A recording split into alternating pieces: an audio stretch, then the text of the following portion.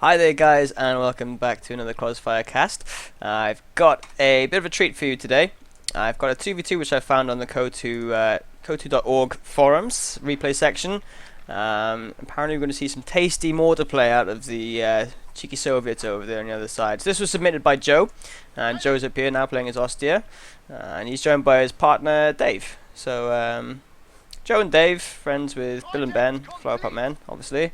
And just to introduce their opponents right now, we've got RollingThunder on the other side, who's an actual, he's very active on the forums on Kotu.org.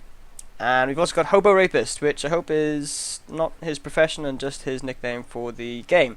So I'm doing the wrong thing. I'm going to show the taskbar and take the fog of war off. So I'll be following Joe on this simply because he submitted the replay. So we'll sort of see how he experiences the match, see what he can do to improve possibly, or what he can do to counter all these mortars, which we don't know are coming just yet. But let's have a quick look at his commanders. We do see then he's got the fortified armor doctrine, so he's got the smoke, command tank and elephant there.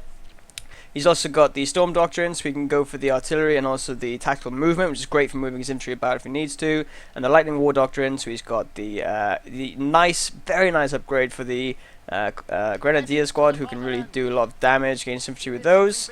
And his ally over here then Dave, let's have a little look at Dave. Dave's got his Festung armor doctrine, giving him the the much feared railway artillery, which we all know Stephen JF hates when he makes that face. He's got the elephant tank with also the spotting scope and the spearhead doctrine as well. So he's got the he's able to get the half track mortars out as well. And just taking a quick look then at the other side as well, for Hobo Rapist, we've got his guard motors, so he's got the 120mm squad there. He's got the terror tactics, which is very, it's a very late game commander, and also the armored assault tactics then as well, giving him the IS-2 and the call-ins for the T-34s if he wants them, but also the radio intercept. You don't see that much in team play, the radio intercept. And real quick, I'm going to quickly look at RollingThunder simply because there's some engagements I need to get over across to them. He's got guard motor again, so he's got the 120mm squad. He's got hit the dirt, and he's got the front line tactics, giving him the KV-8 and nice incendiary barrage off map core. So let's switch back to Dave. Let's have a look, see what he's going and doing. So Dave or Joe I'm following? I'll follow them both, I'll be that kind. So you'll see this MG is coming up here nice and early now to secure the fuel then for the Soviets, which is nice. I mean, there's houses on both sides of both these fields, so you can take advantage. There's a very early sniper out for RollingThunder here, so he's going to be able to start picking off some units nice and cheap and early. He's piling up here, just capping away. There you are. So now this MG, I imagine is MG. I'm going to take the fog off. No, he's actually got two units up here. So he's got the combat engineers there capping, whilst the MG covers his covers all areas of entrance. This MG, this field point, excuse me, is now going as well to the Ostia. Sorry, to the Soviets.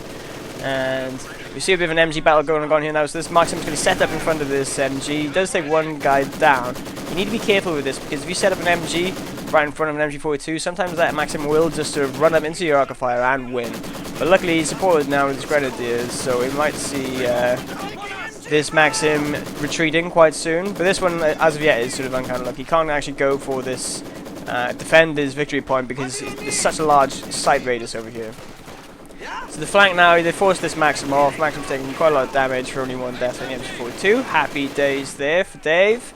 And we can see where they've got most of their forces now focused in the middle section of the map, which is in 2v2s on this map. You really need to focus on this, mainly because the cutoffs are just so easy to take and quite difficult to defend for these side parts of the map, which obviously this is where all the fuel is. But if you control this middle section, you can quickly move across and support either flank with the majority of your armies. Now this Grenadier is going to be chased down. There's a sniper in this light car. He really wants to pick off the squad, which is going to do a nice bit of damage early on Joe. Is he going to get the shot? No. Don't know if he's going to continue chasing. He is going to try and continue chasing.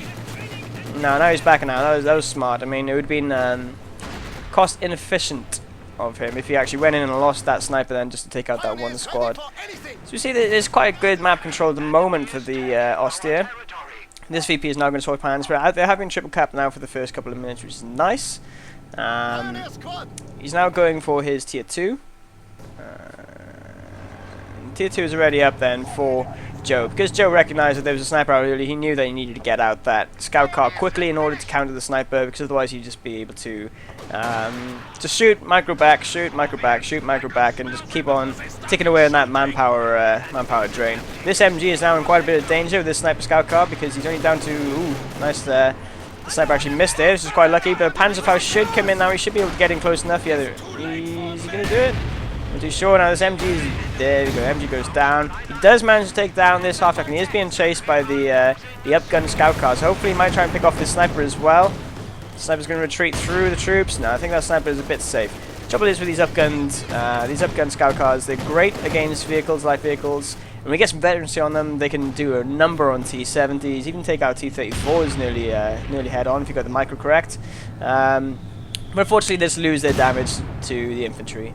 So as we can see, they've maintained the focus on the middle, but meanwhile the Soviets have been able to cap up both the sides, so both fuels are not in their possession at the moment.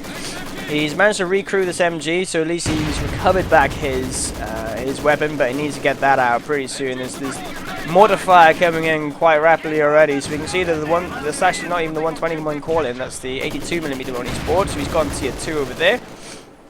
Up in this top left corner now we see some pioneers on engineers action.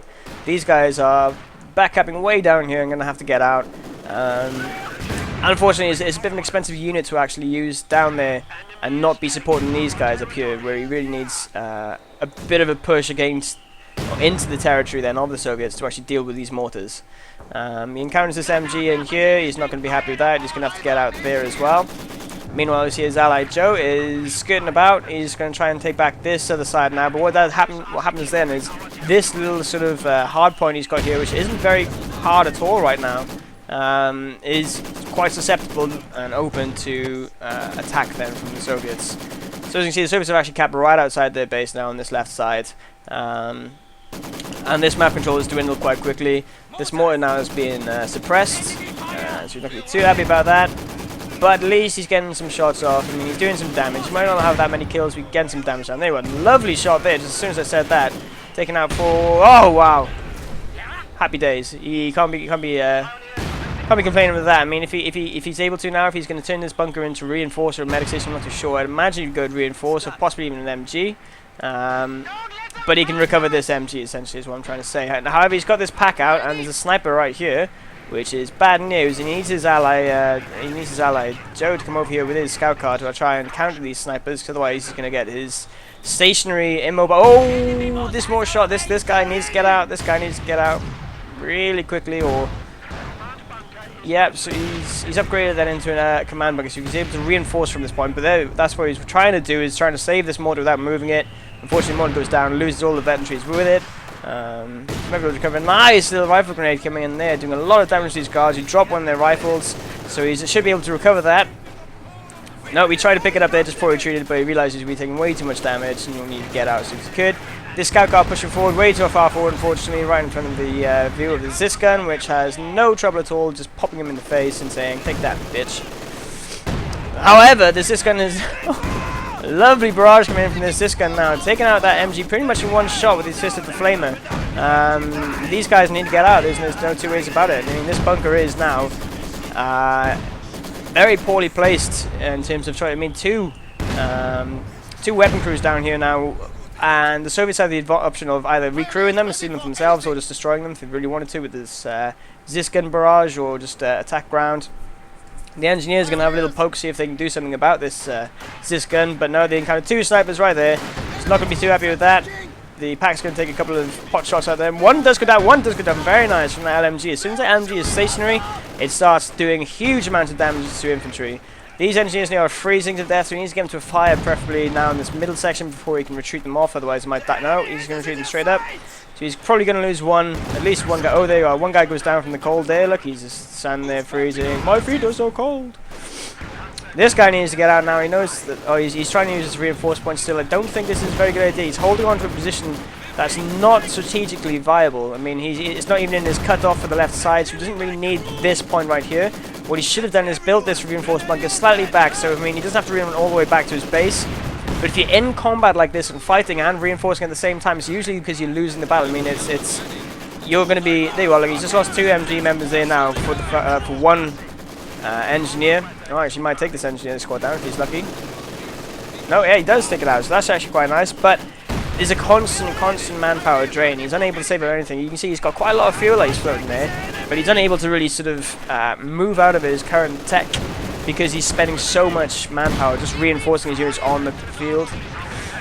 So, the Soviets now are holding this left side pretty easily, controlling this cutoff point. But meanwhile, on the right side, we do see his allies starting to take their fuel back, but they've not got the fuel advantage. That's sort of, it's kind of palpable. You can sort of, you just sort of know that the Soviets have more armor, more fuel, and that there could be that T-70 rush. There is the pack gun out, which is nice, but you know it can't really do much to flanking T-70. So, see this one. This one Grenadier squad, 2 Grenadier squads now pushing up a nice little push to try and take away some of these heavy emplacements. Oh, very nice mortar there. Kind of a lucky mortar. What was it? Yeah, no, there's this mortar up here. This mortar up here actually took that down, so he's going to be happy with that. These guys staring in the face of a flame. He's not got the right target at the moment. He's trying to take out the Ziskan, which isn't necessary. I mean, they haven't got any vehicles apart from the oh god, he loses one of those squads, which is going to be sad for him. But I mean, the guy's doing the most damage there to him with those engineers, and those engineers are easy to kill, especially when you've got the LMG. If he'd focused both those squads to take that out, then he could have adjusted focus back to the guards, taken them down, and then gone to the Ziskan. But unfortunately, it didn't sort of work it that way.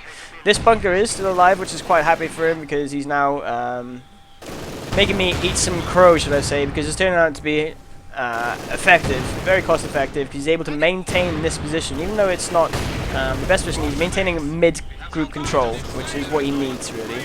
Like I say, I would have moved it slightly back, so it's slightly out of the way. The infantry troops wouldn't be in the line of fire, but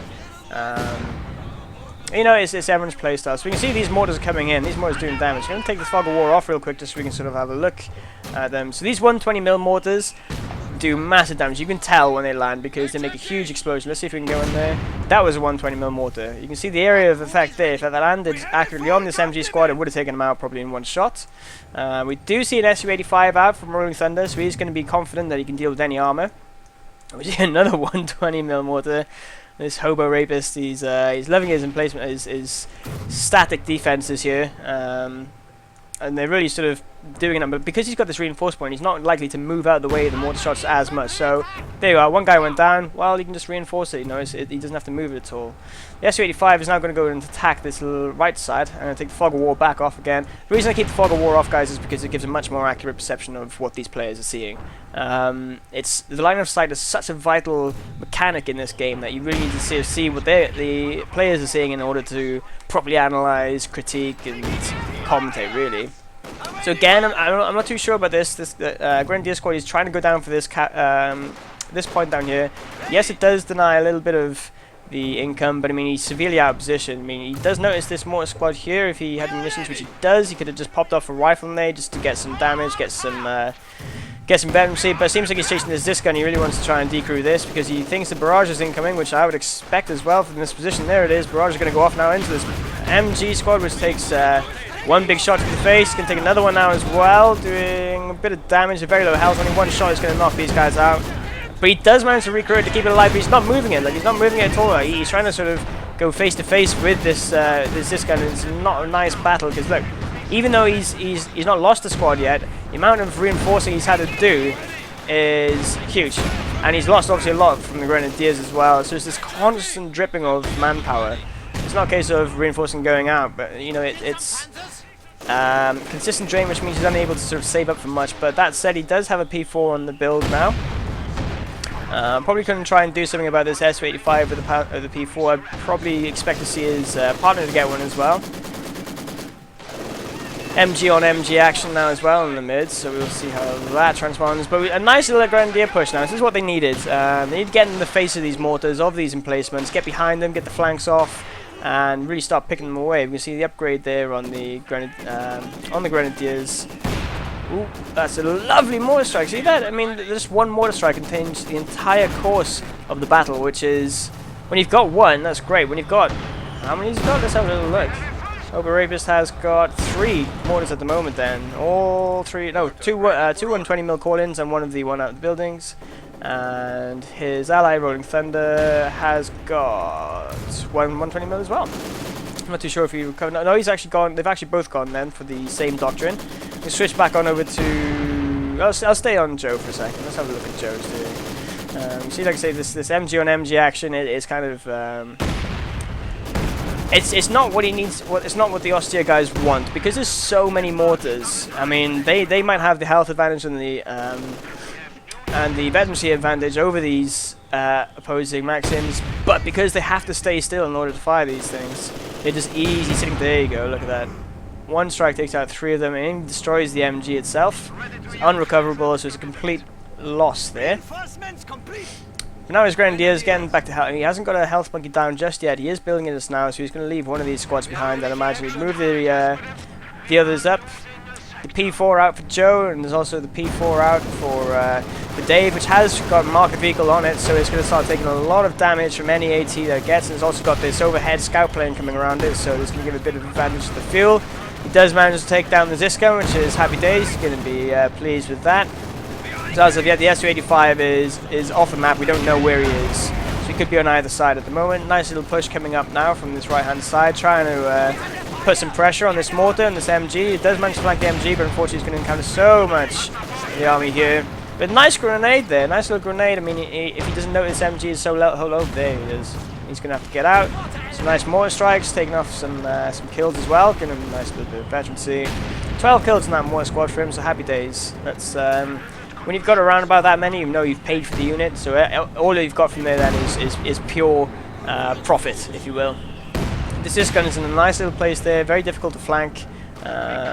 We could see a little barrage coming out because he is grouping up his infantry there.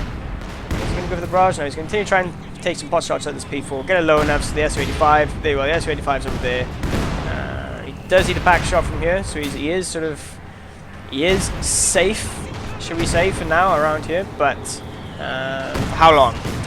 This bunker now is still lasting. It's still there, but it's in a bit of disrepair. Or is this a new bunker? That's actually a new bunker, I believe. I'm not too sure though. No, it's not. It's a reinforced one. It's got a little thing on it. You see a Vet 2.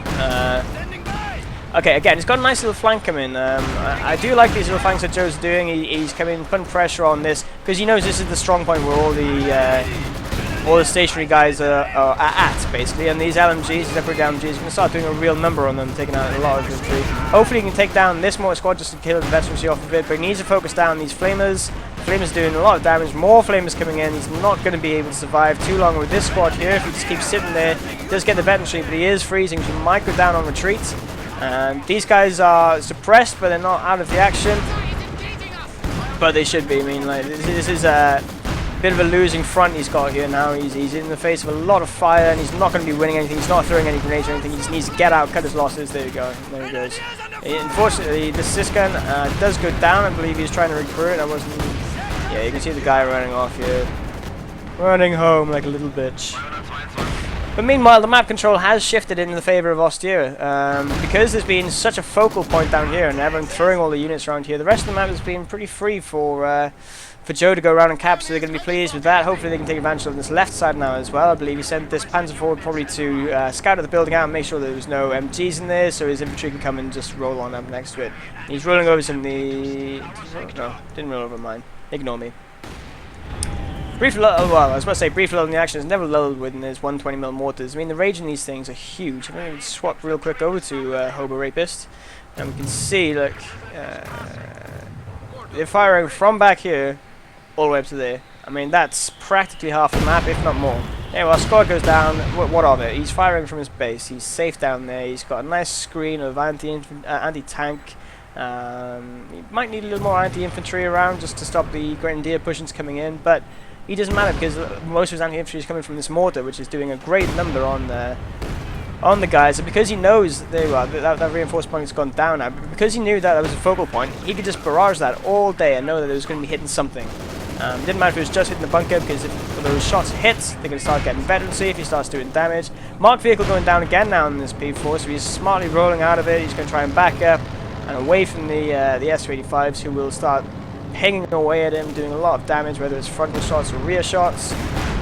Yeah, unfortunately he hasn't mic'd this very well, so he's going to start and show his arse to these two Su-85s. Goes down very quickly. Look, mark of vehicle does such a huge increase to the damage dealt to those tanks. We do see the relief infantry, which is nice to see. I mean, you very rarely see it, but these Austrian squads are pretty useless. I mean, they're not great. They're really good for throwing on the in the faces of the enemy. It's the only 6-man squad you can get as the Austere as well, so at least they got a bit of meat to them, bones, but yeah, you know, they're not really great. But hey, it's better than nothing. So if you lost those squads and you was able to replace them with an Australian, happy days, you know, happy days. So like I say, they got quite a good map control at the moment, even though it looks on paper like they're not doing too great against these mortars, because these mortars have been picking away all day. We'll see how the play transpires, because at the moment they're looking in a very strong position. And especially Joe. Joe's got a lot of troops here. These Austrians have given him a lot of capping power, a lot of body advantage. For a swift copy on to Dave. Oh wow, Dave. Alright, Dave's bear the brunt of this, I believe. So he's been eating all of the mortar strikes in the face, and he's down to 1 P4 and 1 Pioneer squad, which is sad. It's a position that no one likes to be in, especially when you're in a 2v2 scenario and you feel like you're letting your partner down. You're like, oh, well, let's keep up in this game. Well, no, you know, like Joe's actually got quite a formidable force out, which is able to counter a lot of this, a lot of these emplacements he got down. And what did Dave need to do? Definitely, you can't have static defenses against mortars. It just doesn't work. He built that bunker a bit too early. And like I said, a bit too far forward. If you build it back a bit, at least you could be drawing the fire from those mortars to come out and at least face him. But these guys are going to start picking off now. Again, I'd like him to start actually focusing on the actual engineers. They're easy targets. They are, when they're appearing, they are defenseless essentially. They've got their backs into you. They're not firing at you. He's not going to be taking a huge amount of damage from these Zis guns at all. Could be. Ooh, wow. And that's what happened. He got too static. He got too comfortable. He was sat right there. And he wasn't, you know, probably going after chasing anything. He just ate some mortars, some very heavy mortars. When they're vented up like that, they do such a huge amount of damage. Nice Su-85 push out now. We've got T-24 supporting it as well. Huge armored fist coming through. I mean, they're going to sort of steamroll over this Stug and P4 of Joe's if he's not careful. And suddenly that transitional switch. I mean, we do have this P4 from Dave, and there's another P4 on the way. Don't know if it's got enough legs to beat everything. I mean, these T-34, if he wants to, he can just go in and ram with these tanks and say thank you very much, and force them off the Su-85s and repair up. But the map control is actually now 50-50. It is pretty much split down the middle. The Russians do have the momentum, and they can sort of now position all their mortars where they want and get some damage off from the base if they need to, because they've broken this base pin, which they kind of put on themselves because they had the range to.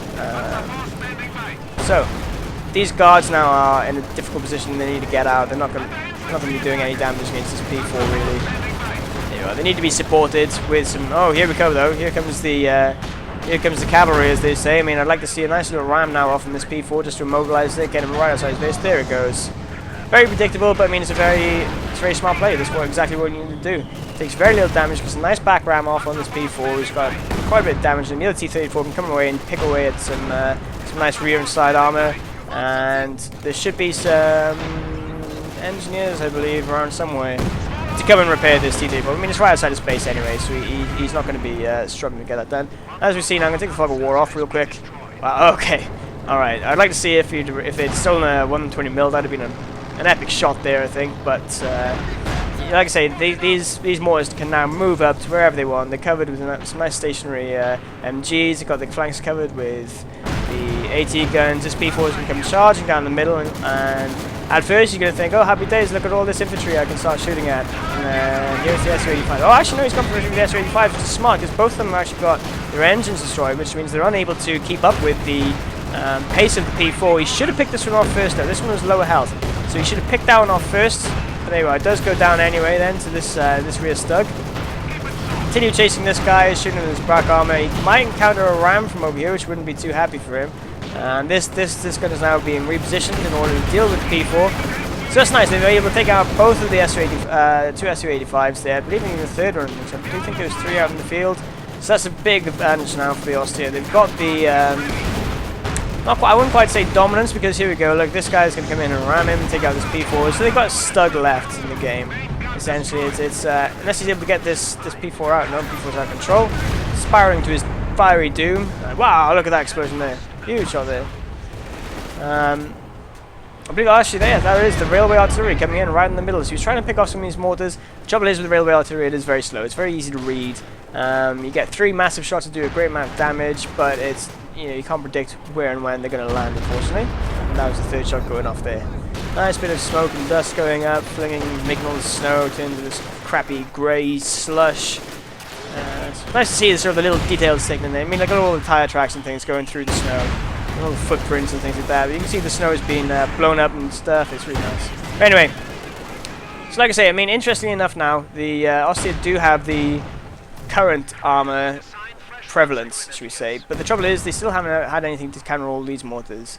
What can they get? I mean, it's difficult to sort of say, but something that would be really great and useful would be the Panzerwerfer. The Panzerwerfer has the mobility over these guys. They can come in as soon as they know where they are, pop a shot off and go retreat straight back to base or move straight away. As soon as they relocate, then they're hidden away from the counter barrages that they may encounter. There's no fast vehicles out for them anymore. There's no T-34s. They do have an Su-85 coming now, but obviously no one knows that. I'm going to turn the fog of war back on again, just simply to sort of see what the guys are seeing. So now that Dave's lost his P4s, plural, he's going for a Panzergrenadier spam and getting out P4s. This is standard, okay?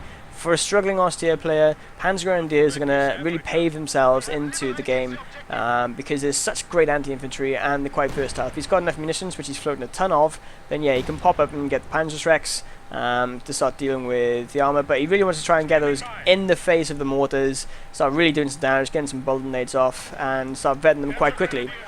So you can see they're trying to push up now on this left side. He's going to encounter the MG. He's going to have to get out of there right away. He's got his cut off back. They're making a slope. Okay. So the territory again, it is still kind of 50-50 across the middle this time. Now, generally with Soviet matchups, you prefer them to be long and narrow rather than wide and around. But because he's got so many mortars and so much range in them, it doesn't matter where the front actually is, because he's able to sort of adjust and move to each one as each engagement with these mortars very quickly. But now he's been caught out, been caught his pants down. Look, his Panzergrenadier is going to come in, say hello, start shaking hands with all these mortars. This MG is doomed. Eventually, this gun should be doomed. Yeah, there he goes. This T-34 is going to look a bit bewildered and a bit miffed about it, but yeah, there we are. The Su-85 coming along as well, like a noisy elephant, being like, "Oh, I hate you, tries. Your troops suck." But I mean, he retreated a little bit too early there. I mean, he was just taking the damage for the sake of taking damage from troops, but he could have gotten some kills off from these guys. There we are. Now, like we see, the damage starting to come into play, and he is freezing very soon as well. We need to get those guys out as soon as he can. The P4 comes in to support. We've got some form of artillery coming in. Is it another off-rail? Yeah, it looks like another off-rail. Off-map rail artillery. Big, huge shot, not doing much. Looking impressive, not doing much. We do see a ram going on the Stug and the vetted Stug. We're going to see another big shot. Don't do anything again, sadly. Marked vehicle down on this Stug 3 now. The vet Stug 3 is actually quite formidable. If he can keep that alive, he's going to be quite happy. It is essentially like an Su-85 with the assault gun. And you can see now the difference. There's two Stugs. When he's got this infantry, like, oh, okay, there's one Stug now. When you get the infantry on the Stugs, they get a massive increase to their defense. You get the little side plates up on the above the tracks. Oh, well, he's still alive. Okay, I thought he went down with that shot. He needs to get out, man. What are you doing? What are you doing? No, wrong way. Wrong way. Wrong way. Wrong way. Did he go to? Yeah, he fell to God's small fire there. That's sad. Ostroupen, the heroes that they are, going to charge in here and easily take out every single unit that the Russians own, one-on-one. Because that's what they do. Just doing what they do. Hopefully they'll recover this, actually. If they recover the mortar, that'd be nice. Nice use for them. Good shot from P4, able to take down that Su-85, but he is going to start instant shots from the pack gun, which he needs to get away from. Is this gun, excuse me. Or just focus on this T-34 to make sure it doesn't get recrewed. He's going for a little bit of a roundabout. No, unfortunately, he hasn't got the micro set up there. Look, he came in, he showed his ass, and wasn't able to retreat away. If you're doing flanking moves with your vehicles, you need to be as smooth as humanly possible. You can't be stopping and changing direction frequently. You need to sort of keep the momentum of your tank going and the pace of it to be able to dodge around stationary emplacements. So this D34, I think he used his self-repair, trying to get back himself into the fight, but the Stug should start taking some hot shots off at him if you can see him. I don't think you can see him just yet. I keep taking the Fog of War off, I'm sorry guys. I want to see some of these artillery shots, but I haven't seen too many great ones just yet. So T-34 is sat now in front of this vetted Stug 3, he's not going to stand a chance. And he hasn't even got, he's got damaged engines, you can't actually do, oh! Speaking of the devil, here comes his pal, the old Su-85. Wandering about doing tons of damage to this guy. Mark Field down now as well. Does get a nice track off to prevent the oh guys, moments like that just make me so happy and so sad at the same time. It's just a weird feeling. It's you know, you get one of those strikes off, you just look at, you've got 19 kills in this guy, and that's not the thing it doesn't sort of tell you about is how many squad wipes he's got, because he's probably one-shotted quite a few squads out there, and trust me, you rage when that happens to you. Well, I know I do anyway. Unfortunately now I do have 4 people trying to cap this point, and he's left his MG slightly outside of it, so he's not going to be capping that point, and he's moving across trying to deflect the attention of this armor from chasing down Joe's. Yeah, the vet 2, so Stug 3. If he can keep this back and alive and vet it up, he's going to bring it back into the game. He's going to start doing a lot of damage. You can see the vet MC. He gets the target weak point, so he can actually stun vehicles, which is awesome. And the vet 2, which gives huge armor increase. Vet 3 does weapon increase damage as well, so he's going to start out damaging, outpointing this Su-85 in all sort of aspects, really. So that's something for you guys to consider. If you can vet up a Stug 3, it is a good counter to an Su-85. It just takes that time. You need to make sure you get it out in time and things.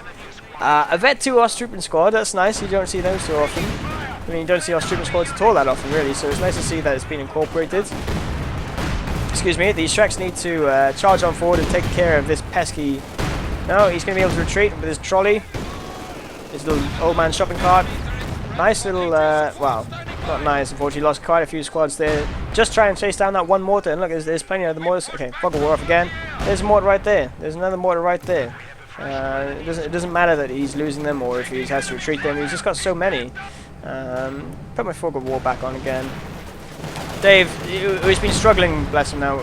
Okay. Bad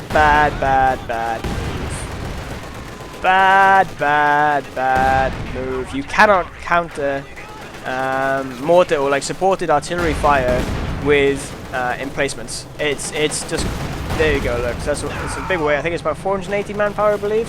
One of those things, and a bit of fuel as well, and that's down the drain, probably without any use at all. And it's, like I say, it just begs for the attention of these mortar strikes. The mortars hasn't got, I haven't got any infantry to shoot at, I don't really know where they are. Well, I know there's an emplacement there, so I'll start picking away at it. Same with those bunkers, those forward bunkers. Just weren't quite doing that. And now this Stug now, unfortunately, he's going to go down a marked vehicle. He's caught in a bit of a bad position. He sort of came across the flank here, and I think he's trying to pick off. I mean, they do get the one T-34 down. It's not really worth it. This guy is going to start trying to poke away. He's going to use this line of sight nicely to hide in the smoke away from the Stug. Come around, sneak around the side of it. Doesn't even look like he's going to ram. He's just probably just going to, he's going to try and just kite around it. But now he's got damage engine. It's going to prove a little bit harder. But he's turning the vehicle. He's forcing the Stug to turn. Therefore, showing his rear armor to the Su-85, who's going to have a nice little bite out of his ass. And, yeah. T-34 actually goes down. So that's quite surprising. Well, you know, he was trying to flank. It was a good idea what he was doing, but unfortunately, as soon as he had the damaged engine, he was kind of a duck out of water. This Su-85 needed to get in quicker to actually support him. It didn't. But now we see the Grenadiers are picking away. This is what you need to be doing. Picking away at this engineer squad. Forcing then the Su-85 to struggle. There you are. That guy goes down, which is nice. Happy days. Good to see. A little bit of push forward now onto this guards. I mean, this guy is done for. He's going to go down to Dave's P4. But can he prevent being buttoned by these guards and the guards doing too much damage to him? There's another Su-85 there now. This P4 is extended way too far. Far too far. What are you doing? He's going to try and dance around this Su-85. If he's smart, there you go. He can start reversing it. He does get a nice little damaged engine on there, so he might be able to continue to flank this. I would like to see some better play with the guards there. The guards just need to take one little button and then you'd have stuck that P4 with his tracks, but now he's able to take down two Su-85s if he can avoid some guards fire. There you are, one goes down. But he does get eaten by the last guard shot there on rear armor. They do nice bit of armor penetration. and they're sort of losing the battle now of the field. They haven't had control of the field dominantly throughout the match, and so when you're exchanging tank for tank, you need to make sure you've got the map control in order to back it up, you know. Losing T-34s is nowhere near as bad, obviously, as losing a Panther or a Panzer IV or any of the heavier tanks. They're around about the same cost as a Stug, but the Stugs aren't quite as... I mean, I don't know, I'm on the fence. I've got to say, I'm on the fence about Stugs. I've seen some great play from Stugs, I've seen some awful play from Stugs as well. I think if you're a Soviet player playing as the Austere, Stug 3 is quite a good option to go, because you use the mechanic of having to reverse it, to take those shots and, you know, hide your flank from using the Su-85 so much. And then again, if you're a strong Austere player looking to start playing Soviets, well, get some practice on your Stug 3, you know. It doesn't take long to learn the micro. It takes a long time to sort of try and perfect it, get it working to a good standard. This Austrian squad, I love seeing this Austrian squad. It's quite comical. But I mean, he's doing a good job. He's got 5 kills in him, and you know, this for free infantry, they're doing well. Hans Grenadier squad are now in a bit of a sandwich, a bit of a shit sandwich. They should want to try and take out some of the guards. They're a bit more expensive. Hopefully he moves his grenadiers in. I mean, he's only got 3 units in the field. Can't be that hard to micro that much. Nice grenade coming off now, but he's given veterancy 3 to the guards, and he's having to move out of the way. The mortar strikes which are coming in. He needs to just get out of here. He can't stay here. There you go. So he's moving off to the flank, which is nice. With those mortar barrages and knots coming down. Just ahead. We see a sniper out for Joe.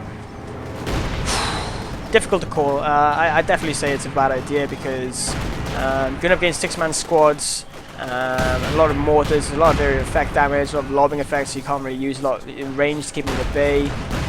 I don't know. I don't foresee good things for the sniper. I don't see him lasting that long. But prove me wrong. You know, people with great sniper micro can really change the course of a battle. Oh, stupid goes down. That ain't cool, man. What did that guy ever do to you? He was just trying to make an honest buck. Killing with some Germans, some Russians. I don't know, maybe he was a traitor. Stug 3 again, another Stug 3 coming down from Joe. Like I say, because they're losing the field war, if they can go tank for tank for the Su-85s and the Stug 3, then they're going to start slowly creeping their way back into the field match. However, we do see a huge dominance now, a huge map dominance. Actually, because what we see from Davey, he's just pumped out these Panzer Grenadiers, and he's getting out another one now as well, because they're doing work. You know, the vehicles of the Russians aren't great against infantry, so now these mortars aren't really. Oh, brave infantry dying. I'm sure they deserved it somewhere. So these engineers are gonna have to get out of here now. From Hobo Rapist recognizes that, and the opponent goes down there. So nice, decent map control coming out. These guys, that's the trouble that the Russians are having at the moment, is their forces are predominantly stationary. Oh, nice little flare coming off down here. What we're going to see might be railway artillery, but these guys need to move. Ooh, hello, railway artillery. Now they see it. Now they're going to run. Is the second shot going to catch them? Ooh, it does. It catches one of the squad, so he's actually lost the veterancy on that guy. When your mortar goes down to one squad. It doesn't die for 120 mil. I keep forgetting that. But I mean, that was quite a nice artillery there. He shouldn't have had those 2 guys saved in one position. He does lose the MG up here. This Maxim. So if we look quickly at RollingThunder, he's got plenty of guards out and some more mortars as well as his Su-85. So the trouble is with their tactic that they've done, they've inflicted huge losses and damage, but they've lost all map control because they've had no conscripts out there. The guards are out there, but they're sort of having a difficult time in dealing with the massive squad difference. The the ability to throw bodies on points, because at the end of the day, the points win games. So they weren't able. They had the point where the armoured fist came rolling through the centre. They had those 3 Su-85s and 2 T-30s, and I thought that could have been a good game there. But unfortunately, they got a bit overextended. They stayed up here a bit too much. They didn't have anything to fortify down there or solidify their positions. And so now that's what's killing them. Is this map control. You know, they haven't got those cheeky little. They have got one guy over there at the moment, but they haven't got the cheeky pioneer capping. You know, and around the back.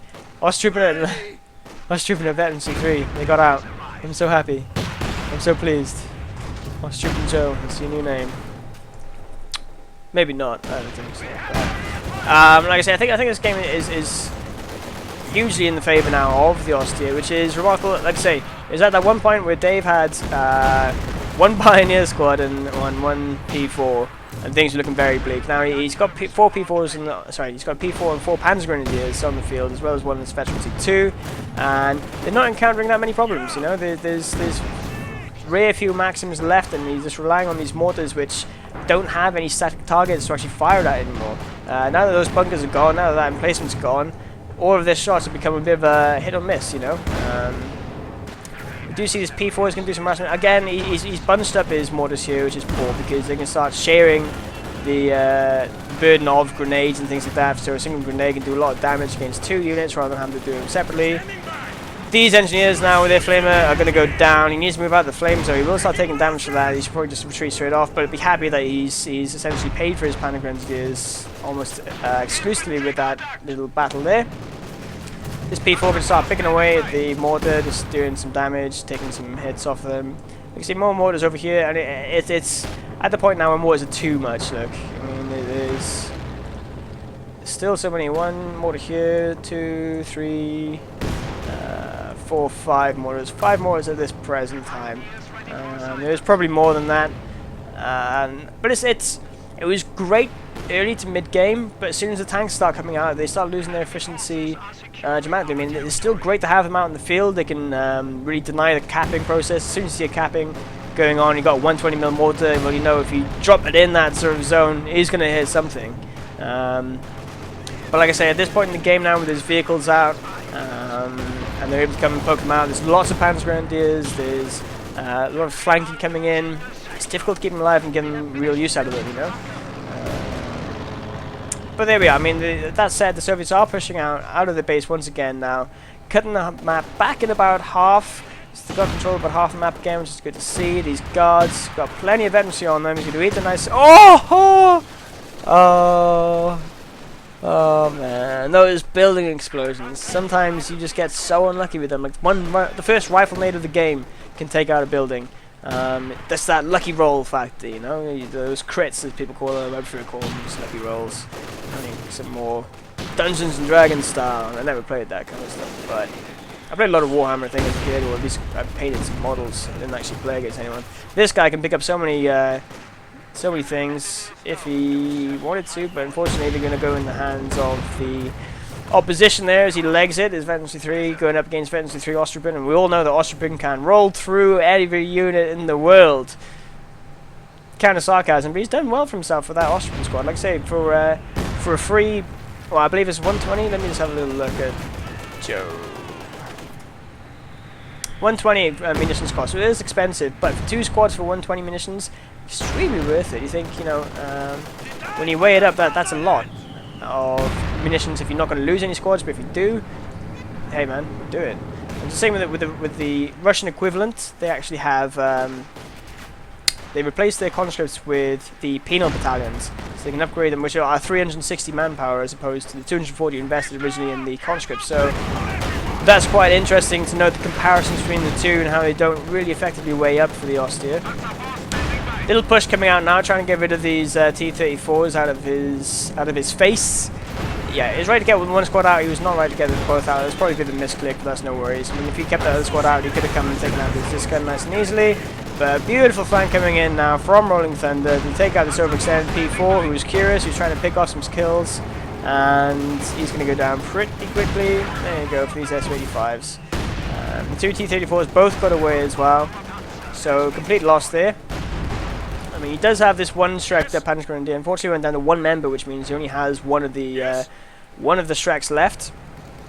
He's just going to vet 3 in the middle, which is happy days. He's going to be pleased with that. Can push off any of the impending armor that comes through. But also, he's still got the ability to launch the barrage off of that, which at vet 3 is huge. You know, it's got increased damage. It's got increased armor and stuff like that as well. He's just loving life down there. Eating stuff up. He's only got 2 kills, like, but the amount of damage he's been able to do against tanks is just giving them that efficiency 3, which makes him so much more of an efficient unit. This sniper is going to pick away at this Pioneer squad, hopefully take him down.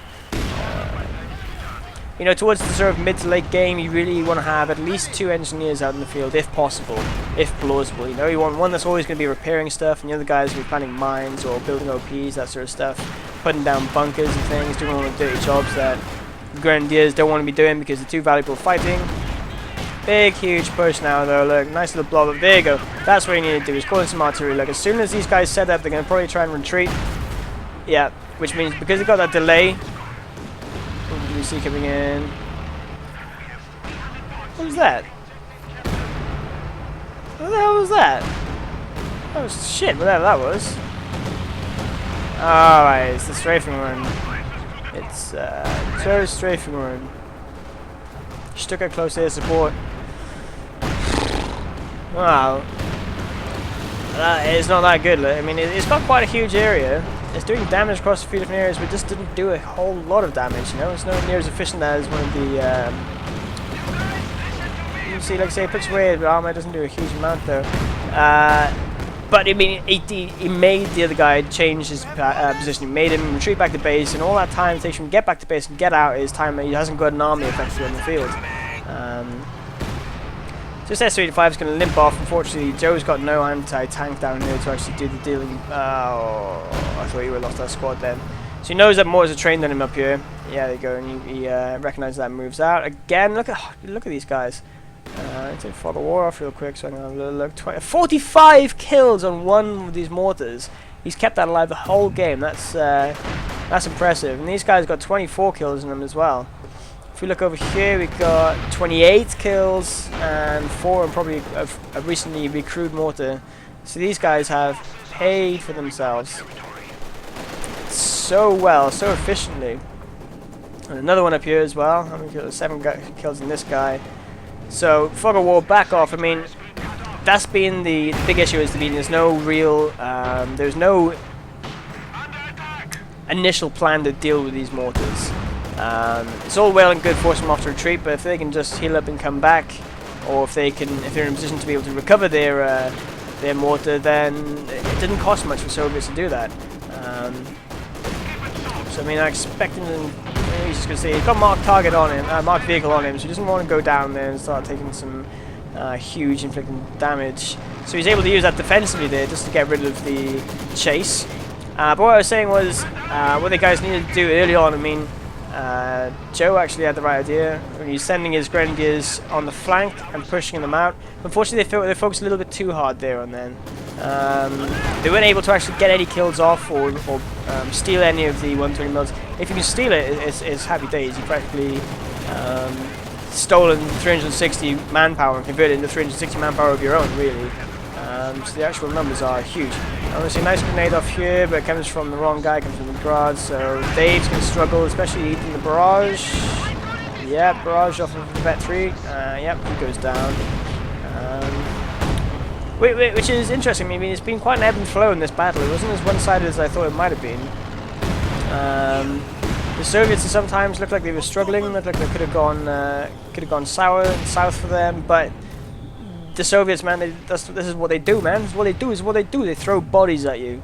It doesn't matter if you're winning in terms of bodies, it matters if you're winning in terms of points, which, even though they do have this significant lead of 267 points to 72, there's suddenly so little on the field for the Austere that they can't keep up the cavalry power, they can't keep it up. But if we look over at the Russian army, the Russian compositions now, even though they still got essentially the same builds, they've kept them alive. They've been able to keep them alive, and those mortars have been...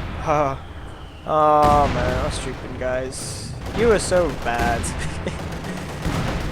Yeah, this is a bit of a desperation move now. Like, I mean, he's sending his troops out with very low health. So oh dear, Hans Grenadier goes down on retreat. These guys luckily get out. I mean, that's all he's got left now. Again, Dave reduced down to the minimal of units, and his teammate is not faring much better. This Stug is going to try and take some hot shots off. I mean, he could upgrade this guy if he wants to, but he's trying to probably save the Stucker close air support. Ooh, there was a big explosion. There was a big explosion. What happened? Is this railway? Dave, are you railwaying? Dave is railwaying. Thanks for replying, Dave. I don't know if that landed on anything. Didn't look like it did that much. But like I say, this is desperation play now with only three infantry units out. One of them being a sniper, two of them being pioneers. They've got no chance of capping up or defending any or hard locking any of these positions. We do have these two Stug 3s, so the Stug 3s will sort of be able to take on one, possibly two at a push with good micro of these Su-85s. But the Su-85 does have a third coming out now as well, a third one there. So they are low health, but they should very easily take down Stugs if he chooses just to push forward. Especially as partner over here has got some T-34s as well, 3 T-34s. Yeah, this is the wind down of the game now. Like you can see, the map control is poor. They've only got these 2 points that are actually connected to their territory as the cutoff is gone. He's gone for a desperation cap down here with these engineers who are now thinking, well, if one of us can each take down a T-34, we'll be alright, guys. But no. Well, they tried. Yeah, they tried alright, but they died. Sniper, 13 kills in him, which is nice. Yeah, he probably paid for himself, got that efficiency up, but it was a little bit too little too late. If he had the sniper on very early, he might have been able to pick enough of the mortars off to help him out, but he'd have been eating mortar shots all day.